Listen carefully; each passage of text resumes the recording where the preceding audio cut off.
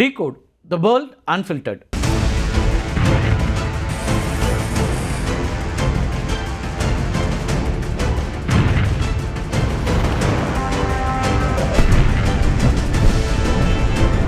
அமெரிக்க Israel படைகளுக்கும் ஈரானுக்கும் இடையிலான போர் 7வது நாளை எட்டியிருக்கிறது. ஈரானுடைய உச்ச தலைவராக இருந்த அயதுல்லா அலி கமேனி கொல்லப்பட்ட வீடியோவை இஸ்ரேல் ராணுவம் தன்னுடைய எக்ஸ் வலைத்தளத்தில் பகிர்ந்திருக்கிறாங்க. ஈரானிய தலைவர்களுடைய பாதுகாப்பான இடம்தான் அவங்களுடைய சவப்பெட்டியாக மாறி இருக்கிறது அப்படிங்கிற வாசகத்தோட இந்த வீடியோவை வெளியிட்டிருக்குது இஸ்ரேல். வீடியோவில் தெஹ்ரான்ல மையப்பகுதியில் இருக்கக்கூடிய த லீடர்ஷிப் காம்பவுண்ட் அப்படின்னு அழைக்கப்படக்கூடிய கட்டடத்தின் மீது BLU 109 பங்கர் பஸ்டர் ரகத்தை சார்ந்த குண்டுகள் வீசப்படக்கூடிய காட்சிகள் இடம்பெற்றிருக்கின்றன. இந்த குண்டுகள் தரையை தொட்டவுடனே வெடிக்காது. அதுக்கு மாறா பல அடி ஆழம் இருக்கக்கூடிய கான்கிரீட் மற்றும் பாறைகளை தொலைத்து கொண்டு உள்ளே சென்ற பிறகுதான் வெடிக்கும். நிலத்திற்கு அடியில் ஒரு மிகப்பெரிய அதிர்வு ஏற்பட்டு அதுக்கு பிறகு தரைப்பகுதி உள்வாங்குவதை வீடியோல தெளிவா பார்க்க முடியும். இந்த தாக்குதலுக்கு இஸ்ரேலுடைய அதிநவீன போர் விமானங்கள் பயன்படுத்தப்பட்டதா அந்த ராணுவம் சொல்றாங்க. இந்த ஒரு இடத்தை தாக்குவதற்கு மட்டும் 50 விமானங்கள் பயன்படுத்தப்பட்டிருக்கின்றன. ஒரே நேரத்தில் 50 விமானங்கள் ஒரு சிறிய பகுதிக்குள்ள பறந்து ஒன்றன் பின் ஒன்றாக குண்டுகளை வீசுவது உலகப்போர் வரலாற்றிலேயே மிக அரிதான ஒரு வான்வழி ராணுவ உக்தி அப்படின்னு நிபுணர்கள்லாம் கணிக்கிறாங்க. ஈரானுடைய ரேடார்களில் சிக்காம இருக்க F-35 விமானங்கள் முன்னே சென்று ஈரானுடைய வான் பாதுகாப்பு அமைப்புகளை முடக்கி இருக்கின்றன. அதுக்கு பிறகு துல்லிய தாக்குதல் நடத்தப்பட்டிருக்கு. ரேடார்களில் F-35 விமானங்கள் ஒரு சிறிய பறவை அளவுக்கு தான் தெரியும். இதனால ஈரானுடைய பல அடுக்கு வான் பாதுகாப்பு அமைப்புகள் நொடி பொழுதில் முடங்கி போயிருக்கின்றன. இந்த வீடியோக்கள் வெளியிடப்பட்ட விதம் கடந்த காலங்களில் ஒசாமா பின் லேடன் வீழ்த்தப்பட்ட போது வெளியிடப்பட்ட ஆதாரங்களைப் போலவே இருப்பதா ராணுவ ஆய்வாளர்கள்லாம் கருத்து சொல்றாங்க. போர் தொடங்கி 7 நாட்கள் கடந்துவிட்ட நிலையிலும் கூட இஸ்ரேலிய ராணுவம் ஈரானின் தலைநகர் டெஹ்ரான்ல இன்று காலையிலும் கூட புதிய ஏவுகணை தாக்குதல்களை தொடங்கிட்டே இருக்கிறாங்க. தொடர்ச்சியா இந்த தாக்குதல் நடந்து கொண்டே இருக்கிறது. ஈரானுடைய ஆட்சி அதிகார மையங்கள் அது மட்டும் இல்லாம ஏவுகணை உற்பத்தி தளங்களை இலக்கு வைத்து சுமார் 2500 வான்வழி தாக்குதல்கள் இதுவரைக்கும் நடத்தப்பட்டிருக்கின்றன.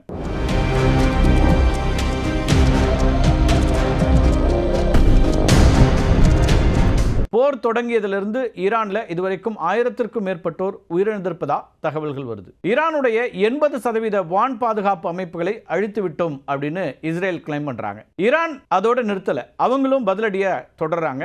இன்றைக்கு மீண்டும் டெல் அவீவ் அதே போல மத்திய இஸ்ரேல் பகுதிகளை நோக்கி ஏவுகணைகளை ஏவி இருக்கிறாங்க. இஸ்ரேலிய வான் பாதுகாப்பு அமைப்புகள் இவற்றை தடுத்து நிறுத்தினாலும் கூட நகரத்தினுடைய பல பகுதிகளில் வெடிச்சத்தம் கேட்டதனால மக்கள் பாதுகாப்பான இடங்களுக்கு தப்பியோடி இருக்கிறாங்க. ஈரான் தன்னுடைய நாட்டின் மீது நடத்தப்படக்கூடிய தாக்குதல்களுக்கு பதிலடியா அமெரிக்க படைகள் தங்கியிருக்கக்கூடிய அண்டை நாடுகளையும் விடாமல் தாக்கிட்டே இருக்கிறாங்க. இன்று அதிகாலையில் அப்படி ஒரு தாக்குதல் பஹ்ரைனுடைய மனாமா நகரில் இருக்கக்கூடிய 2 ஹோட்டல்கள் அது மட்டும் இல்லாமல் ஒரு குடியிருப்பு கட்டடத்தின் மீது நடந்திருக்குது. ஈரானிய ஏவுகணைகள் இவற்றின் மீது தாக்குதல் நடத்தியிருக்கின்றன. அது மட்டும் இல்லாமல் அங்க இருக்கக்கூடிய எண்ணெய் சுத்திகரிப்பு நிலையத்தின் மீதும் தாக்குதல் நடத்தப்பட்டிருக்கு. ஈரானிய ஏவுகணைகள் குவைத்தில் இருக்கக்கூடிய அலி அல் சலேம் விமானப்படை தளத்தையும் தாக்கியிருக்கிறாங்க. இதனால அங்க இருக்கக்கூடிய அமெரிக்க தூதரகம் தற்காலிகமா மூடப்பட்டிருக்குது.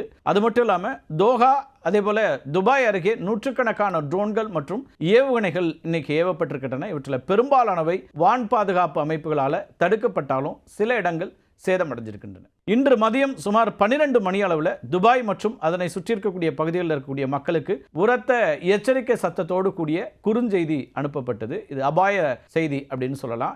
ஏவுகணை அச்சுறுத்தல் காரணமாக மக்கள் பாதுகாப்பான கட்டடங்களுக்கு செல்ல வேண்டும் அப்படின்னும் ஜன்னல்கள் கதவுகள் அருகே இருக்கக்கூடாது அப்படின்னும் தான் எச்சரிக்கை விடுக்கப்பட்டுச்சு. உலகின் பரபரப்பான துபாய் சர்வதேச விமான நிலையத்தினுடைய ஒரு பகுதியில் ஏவுகணை தாக்குதலால் சிறிய சேதம் ஏற்பட்டது. இதனால இன்று மதியம் முதல் அனைத்து விமான போக்குவரத்தும் தற்காலிகமாக நிறுத்தப்பட்டிருக்கு. பாம் சுமேரா ஹோட்டல் மீது ஏவுகணையின் சிதறல்கள் விழுந்ததில் தீ விபத்து ஏற்பட்டிருக்கு. இதில் 4 பேர் காயமடைந்திருப்பதா தகவல்கள் வருது. அதே போல புர்ஜ் அல் அரப் ஹோட்டலுக்கு அருகே ட்ரோன் ஒன்று சுட்டு வீழ்த்தப்பட்டதில் தீ விபத்து ஏற்பட்டிருக்கு. இன்றைக்கு ஒரே நாளில் 9 பாலிஸ்டிக் ஏவுகணைகள் 6 குரூஸ் ஏவுகணைகள் அது மட்டும் இல்லாமல் 148 ட்ரோன்களை வெற்றிகரமாக இடைமறித்து அழித்திருப்பதா ஐக்கிய அமீரக ராணுவம் தெரிவிச்சிருக்குது. முதல் முறையா ஈரான் தன்னுடைய வடக்கு பகுதியில் இருக்கக்கூடிய அண்டை நாடான அசர்பைஜான் மீது ட்ரோன் தாக்குதலை நடத்தி இருக்கிறாங்க. இந்த தாக்குதல் போரின் மிகவும் ஆபத்தான மற்றும் எதிர்பாராத திருப்பங்கள் ஒன்றா கருதப்படுது. ஈரான் அசர்பைஜானை தாக்குவதற்கு முதன்மையான காரணம் அந்த நாடு இஸ்ரேலோட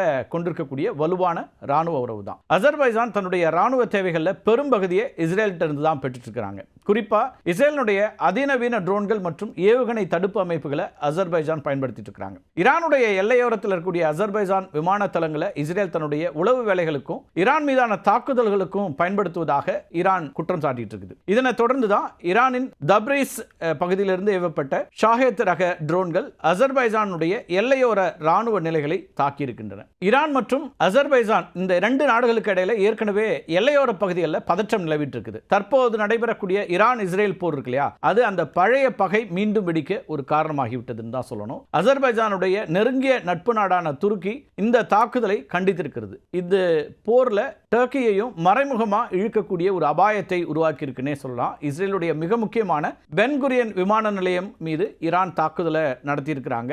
இஸ்ரேலிய ஊடகங்கள் இந்த தாக்குதலை செய்தியாகவும் வெளியிட்டிருக்கிறாங்க. ஈரான் தன்னுடைய அதிநவீன கெய்பர் அதே போல ஃபட்டா வகை பாலிஸ்டிக் ஏவுகணைகளை இஸ்ரேலை நோக்கி ஏவிட்டு இருக்கிறாங்க.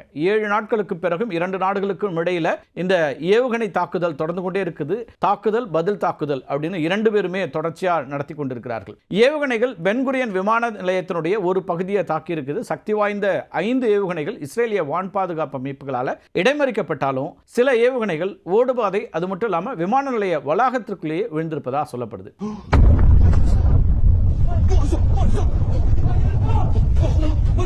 ஈரானுடைய ஆதரவு பெற்ற பல்வேறு அமைப்புகளும் இஸ்ரேல் மீதான தாக்குதலை தீவிரப்படுத்தி இருக்கின்றன. இஸ்ரேலின் வடக்கு எல்லையில் ஹிஸ்புல்லா அமைப்பு ட்ரோன் தாக்குதல் நடத்திட்டு இருக்குது. இதுக்கு பதிலடியா தெற்கு லெபனான் மற்றும் பெய்ரூட்ல இருக்கக்கூடிய ஹிஸ்புல்லா நிலையங்கள் மீது இஸ்ரேல் குண்டு மழை பொழிஞ்சிட்டு இருக்குது. செங்கடல் வழியா ரெட் சி வழியா செல்லக்கூடிய இஸ்ரேலிய மற்றும் அமெரிக்க கப்பல்களை ஹூதி கிளர்ச்சியாளர்கள் தாக்கிட்டு இருக்கிறாங்க. இவங்க எல்லாமே ஈரானுக்கு ஆதரவானவர்கள்.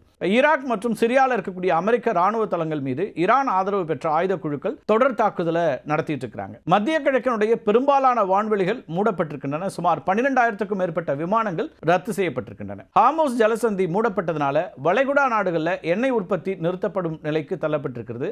இது பெட்ரோல் விலையை ராக்கெட் வேகத்தில் உயர்த்திட்டு இருக்குது. ஹார்முஸ் ஜலசந்தி சட்டப்பூர்வமாக முழுமையாக மூடப்படவில்லை அப்படின்னாலும் நடைமுறையில் அது முடக்கப்பட்டிருக்கு அப்படின்னு தான் பார்க்கணும். வழக்கமாக ஒரு நாளைக்கு சுமார் 138 கப்பல்கள் கடக்கக்கூடிய இந்த பாதையில் தற்போது 3 முதல் 5 கப்பல்கள் மட்டுமே கடக்கின்றன. அதுவும் சீனா மற்றும் ரஷ்ய கப்பல்கள் மட்டுமே அனுமதிக்கப்படும் அப்படின்னு ஈரான் சொல்லியிருக்குது. சர்வதேச கடல்சார் காப்பீட்டு நிறுவனங்கள் இந்த பகுதிக்கு போர்க்கால இடர் காப்பீட்டை ரத்து செய்திருக்கிறாங்க. இதனால வணிக கப்பல்கள் இந்த பகுதிக்குள்ள நுழைய மறுக்கின்றன. சுமார் 150க்கும் மேற்பட்ட கச்சா எண்ணெய் மற்றும் இயற்கை எரிவாயு அதாவது LNG ஏற்றி செல்லக்கூடிய கப்பல்கள் ஓமன் மற்றும் ஐக்கிய அரபு அமீரக கடற்பரப்பில் அச்சுறுத்தல் காரணமாக நங்கூரமிட்டு காத்திருக்கக்கூடிய சூழல். கடந்த சில நாட்களில் இந்த பாதையில் பயணித்த வணிக கப்பல்கள் மீது நடத்தப்பட்ட தாக்குதல்கள் பதற்றத்தை அதிகரிக்க வச்சிருக்குன்னு தான் சொல்லணும். மார்ச் 1 அன்று ஸ்கைலைட் என்ற எண்ணெய் கப்பல் தாக்கப்பட்டதில் 2 இந்திய மாலுமிகள் உயிரிழந்திருக்கிறாங்க. ஈரான் புரட்சிகர பாதுகாப்பு படை IRGC இருக்கு இல்லையா, இந்த எச்சரிக்கையை மீறி நுழையும் கப்பல்களை ட்ரோன்கள் மற்றும் ஏவுகணைகள் மூலமா தாக்கிட்டு இருக்காங்க.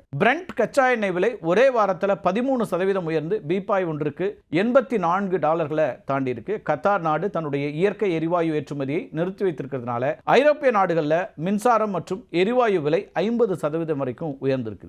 ஈரான் இஸ்ரேல் போர் காரணமா ஹார்முஸ் ஜலசந்தி அது மட்டும் இல்லாமல் செங்கடல் ஆகிய பகுதிகள் ஆபத்தானவையாக மாறி இருக்கிறதுனால இப்போ வணிக கப்பல்கள்லாம் என்ன பண்றாங்கன்னா ஆப்பிரிக்காவுடைய தெற்கு முனையா இருக்கக்கூடிய கேப் ஆஃப் குட் ஹோப்பை சுற்றி செல்லக்கூடிய ஒரு சூழல். இந்த கேப் ஆஃப் குட் ஹோப் தற்போது உலக வர்த்தகத்தினுடைய உயிர் நாடியா மாறி இருக்குன்னே சொல்லலாம். மத்திய கிழக்கு நாடுகளை தவிர்த்து கேப் ஆஃப் குட் ஹோப் வழியா செல்வதனால பயண காலம் பெருமளவு அதிகரிச்சிருக்குது. இந்தியா சீனா போன்ற ஆசிய நாடுகளிலிருந்து ஐரோப்பாவுக்கு செல்லக்கூடிய கப்பல்களுக்கு வழக்கத்தை விட 10 முதல் 15 நாட்கள் கூடுதலான கால அவகாசம் தேவைப்படுது. சுமார் 6000 கிலோமீட்டர் கூடுதல் தூரம் பயணிக்க வேண்டிய ஒரு நிலை ஏற்பட்டிருக்கு. ஒரு முறை போய் திரும்பக்கூடிய பயணத்திற்கு மட்டும் கூடுதலாக சுமார் 9 கோடி ரூபாய்க்கு எரிபொருளுக்காக செலவிட வேண்டியிருக்கு. நீண்ட பயணத்தினால கப்பல் நிறுவனங்கள் தங்களுடைய வாடிக்கையாளர்களிடம் வசூலிக்கக்கூடிய கட்டணத்தை 40% உயர்த்தி இருக்கிறாங்க. போக்குவரத்து செலவு அதிகரிக்கிறதுனால இறக்குமதி செய்யப்படக்கூடிய பொருட்களுடைய விலையும் 10-15% உயரும் அப்படிங்கிற அச்சம் எழுந்திருக்கு. இந்த நிலையில அமெரிக்க நிதித்துறை இந்திய எண்ணெய் நிறுவனங்கள் ரஷ்யா கிட்ட இருந்து கச்சா எண்ணெய் வாங்குவதற்கு 30 நாட்களுக்கு தற்காலிக விலக்கு அளித்திருக்கிறாங்க. இந்த அனுமதி ஏப்ரல் 4ஆம் தேதி வரை நடைமுறையில் இருக்கும். கடல்ல ஏற்கனவே காத்திருக்கக்கூடிய அல்லது பயணத்தில் இருக்கக்கூடிய ரஷ்ய எண்ணெய் கப்பல்களை இறக்குமதி செய்ய மட்டுமே இந்த அனுமதிங்கிறது வழங்கப்பட்டிருக்கு. உலக சந்தையில் கச்சா எண்ணெய் விலை ராக்கெட் வேகத்தில் உயர்வதை தடுக்கவும் இந்தியாவுக்கு ஏற்படக்கூடிய எரிசக்தி நெருக்கடியை சமாளிக்கவும் இந்த குறுகிய கால நிவாரணம் வழங்கப்பட்டிருப்பதா தெரியுது. இதற்கு இந்தியாவில் இருக்கக்கூடிய எதிர்க்கட்சிகள்லாம் அமெரிக்கா அனுமதி அளிப்பதை ஒரு வகையான ஆதிக்கம் அப்படின்னு விமர்சித்து வர்றாங்க. ஆனாலும் போர் காரணமா மத்திய கிழக்கிலிருந்து எண்ணெய் வருவது தடைப்பட்டிருக்கக்கூடிய நிலையில இந்த ரஷ்ய எண்ணெய் இறக்குமதிங்கிறது இந்தியாவுக்கு பெரும் நிம்மதியை கொடுத்திருக்கு அப்படின்னு தான் சொல்லணும். இல்லைனா விலையேற்றத்தை சந்திக்க வேண்டிய அல்லது எண்ணெய் தட்டுப்பாட்டை சந்திக்க வேண்டிய நிலைக்கும் நாமும் தள்ளப்பட்டிருக்க வேண்டிய ஒரு சூழல் ஏற்பட்டிருக்கலாம். தொடர்ச்சியா 7 நாட்களுக்கு பிறகும் இந்த போர் நீடித்துக் கொண்டிருக்கிறது. இது இன்னும் மேலும் விரிவடையக்கூடிய சூழல் ஏற்பட்டால் அதனுடைய பாதிப்பு உலகம் முழுக்க இருக்கும் என்கிற கவலை தான் அதிகரித்திருக்கிறது. மீண்டும் ஒரு காணொலியை சந்திக்கலாம் நண்பர்களே. நன்றி, வணக்கம்.